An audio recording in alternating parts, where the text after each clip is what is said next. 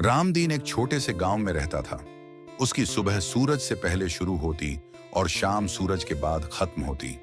उसके लिए खेती कोई काम नहीं थी, बल्कि भगवान की पूजा थी। हर दिन वह खेतों में जाता, फसलों से बात करता, जैसे वे उसके अपने बच्चे हों। उसे उम्मीद थी कि मेहनत कभी बेकार नहीं जाती। लेकिन एक साल ऐसा आया जब बारिश ने साथ नहीं दिया। बादल आए पर बरसे नहीं।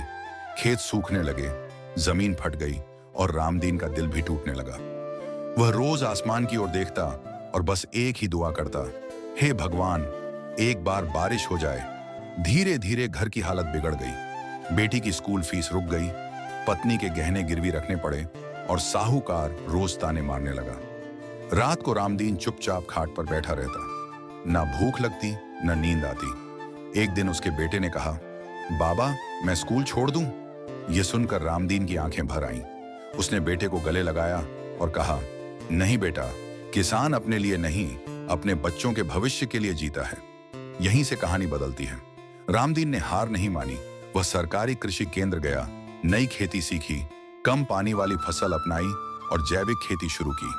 गांव वाले हंसे, मजाक उड़ाया, लेकिन रामदीन चुपचाप मेहनत करता रहा। समय बदला, खेत फिर से हरे हो गए, फसल लहलहाने लगी और इस बार उसे सही दाम मिला। कर्ज खत्म हुआ, बेटी फिर से स्कूल गई और घर में खुशियां लौट आईं। गांव की सभा में रामदीन को सम्मान मिला और उसने बस इतना कहा, अगर किसान हार मान ले तो देश भूखा रह जाएगा। हम मिट्टी से लड़ते नहीं, मिट्टी के साथ जीते हैं।